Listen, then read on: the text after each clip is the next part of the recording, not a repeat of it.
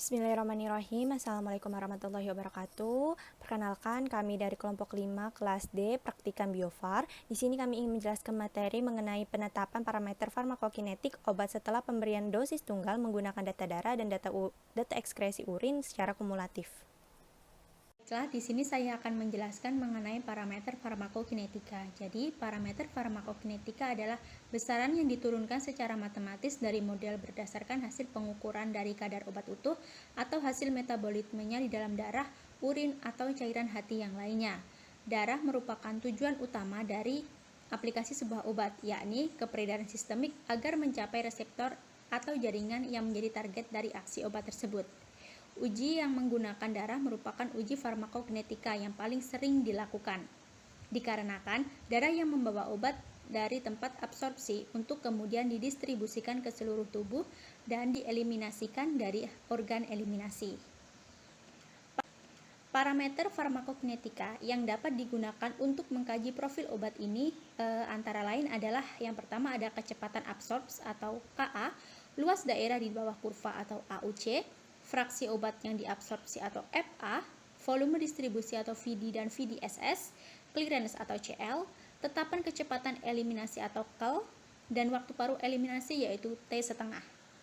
Selanjutnya yaitu untuk perhitungan parameter farmakokinetika dapat dikerjakan berdasarkan data darah atau plasma versus waktu dengan menggunakan rumus model suatu kompartemen terbuka atau kinetika obat model 2 kompartemen terbuka. Selain dengan cuplikan darah, parameter dari farmakokinetika suatu obat juga dapat ditetapkan dari pengukuran kadar obat dan metabolismenya di dalam urin. Pengukuran dengan metode ekskresi urin ini dilakukan terutama untuk obat yang dapat diekskresikan secara baik melalui urin dalam bentuk yang tidak berubah. Hal ini dikarenakan data urin mengukur langsung jumlah obat yang berada di dalam badan, kadar obat dalam urin yang lebih besar daripada di dalam darah. Volume yang tersedia akan lebih besar dan variabilitas renal dapat diabaikan. Walaupun demikian, metode ini juga memiliki kelemahan seperti yang pertama itu pengosongan kandung kemih yang sempurna. Ada kemungkinan terjadinya dekomposisi obat selama penyimpanan, serta ada juga kemungkinan terjadinya hidrolisis konjugat yang mengakibatkan metabolisme yang tidak stabil di dalam urin. Hal ini dapat mempengaruhi jumlah total obat dalam bentuk tak berubah yang diekskresi ke dalam urin dalam waktu tak terhingga yang dapat mempengaruhi validitas pengukuran parameter farmakokinetiknya. Nah, metode ekskresi urin kumulatif digunakan untuk menetapkan parameter KEL, Fa, T setengah, jumlah obat yang diabsorpsi, serta besar ketersediaan hayati obat. Nah, untuk memperoleh parameter farmakokinetiknya dapat menggunakan dua metode, yakni metode sigma minus atau ARE dan metode laju ekskresi renal atau rate. Nah, baik, selanjutnya itu tentang skema umum farmakokinetik. Nah, seperti yang kita tahu, farmakokinetik sendiri yaitu proses perjalanan obat di dalam tubuh. Nah, proses perjalanan obat di dalam tubuh ini ada yang dinamakan dengan proses ADME. Nah, ADME ini yaitu proses absorpsi, distribusi, metabolisme, dan ekskresi.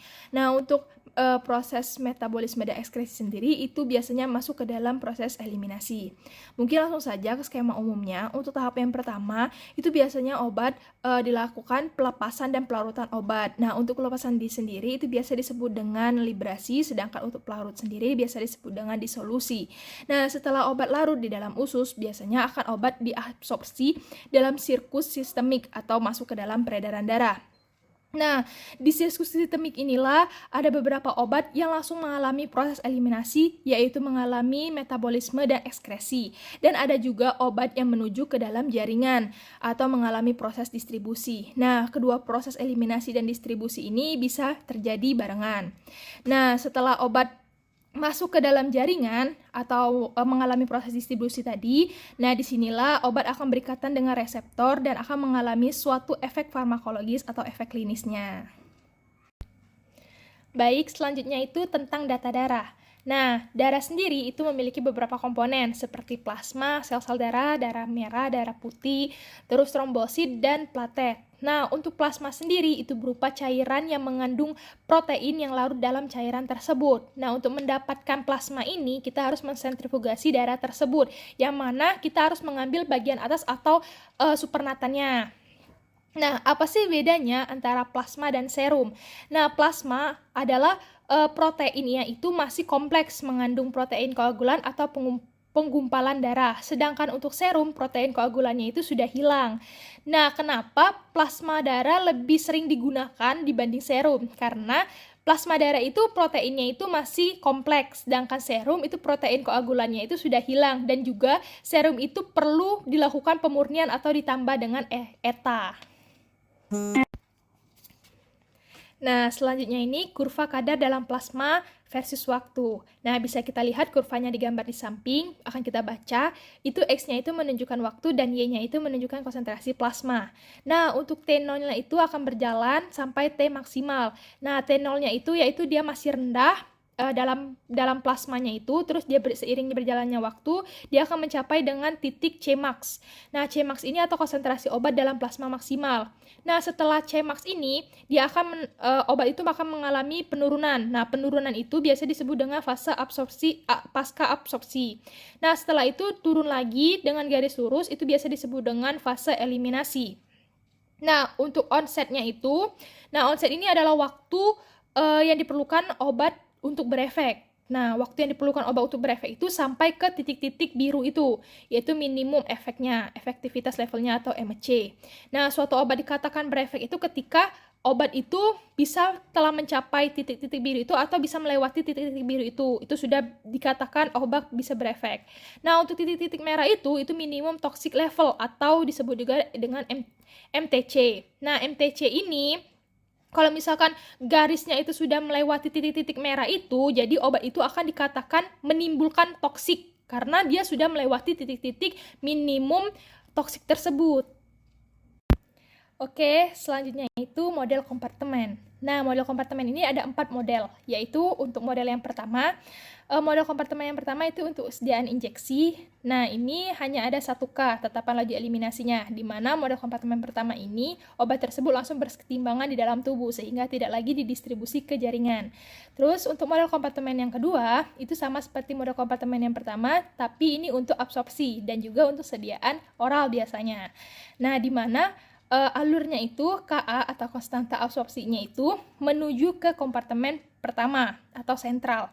Setelah itu keluar menuju K atau kecepatan eliminasinya. Selanjutnya model kompartemen ketiga itu sudah termasuk ke model kompartemen ganda. Nah, ini untuk sediaan injeksi dan juga oral. Nah, model kompartemen ganda ini ada 2. Nah, model kompartemen yang pertama itu disebut dengan kompartemen sentral, sedangkan yang kompartemen yang kedua itu disebut dengan kompartemen jaringan.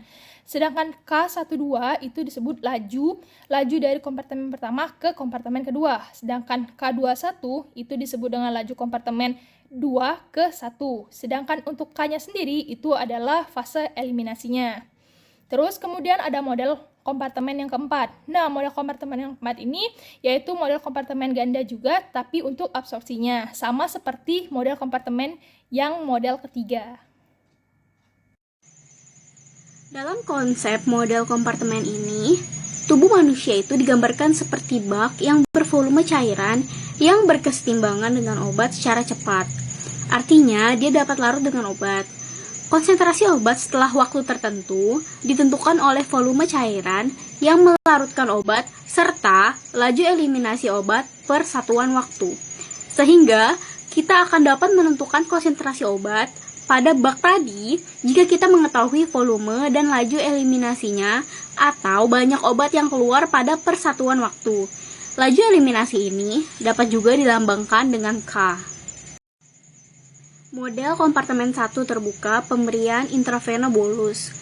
Model ini menganggap bahwa obat dapat masuk dan meninggalkan tubuh, dan tubuh berlaku sebagai suatu kompartemen tunggal yang seragam, di mana itu terdapat volume distribusi, yang merupakan volume di mana obat didistribusikan.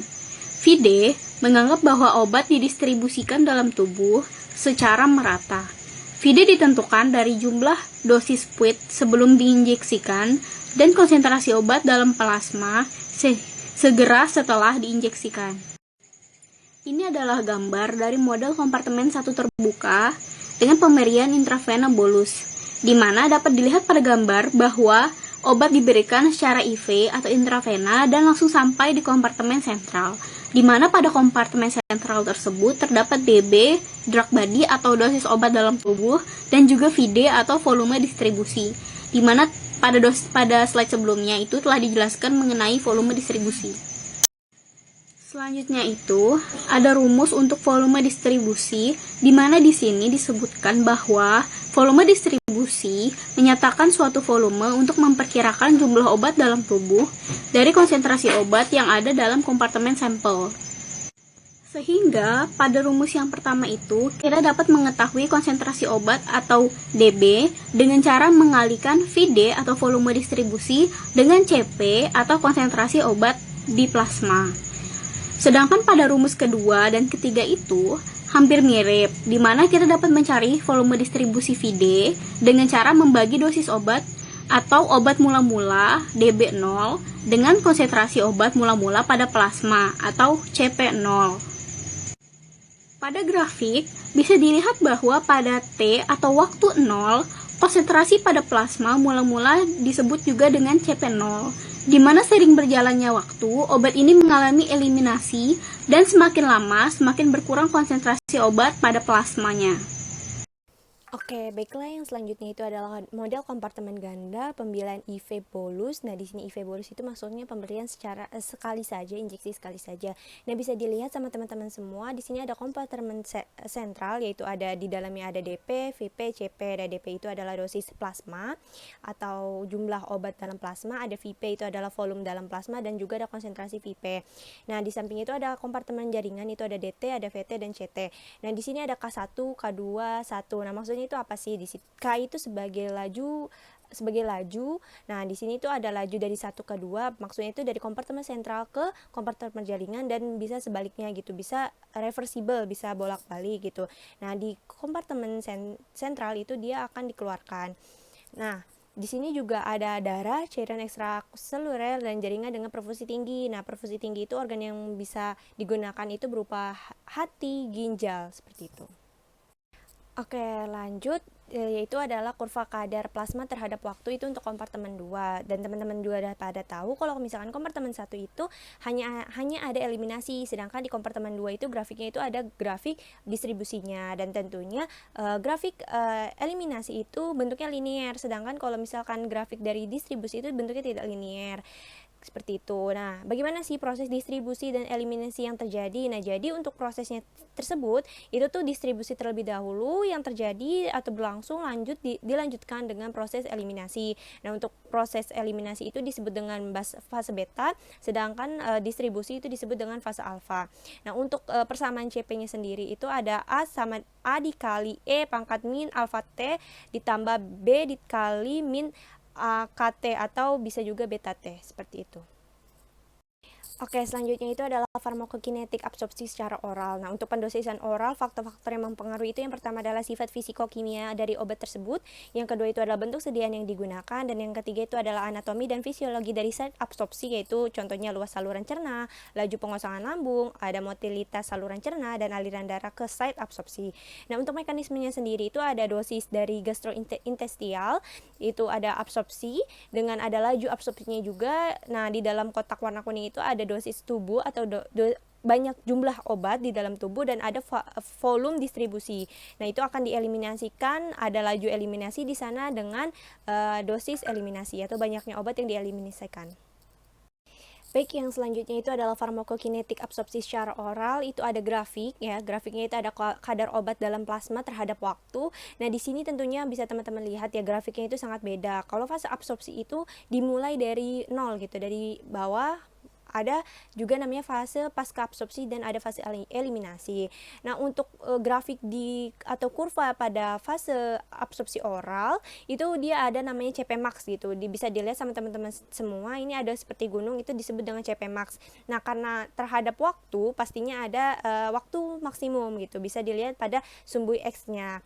Nah, untuk selama fase absorpsi dari kurva kadar plasma terhadap waktu itu, untuk nilai laju absorpsi itu lebih besar daripada laju eliminasi.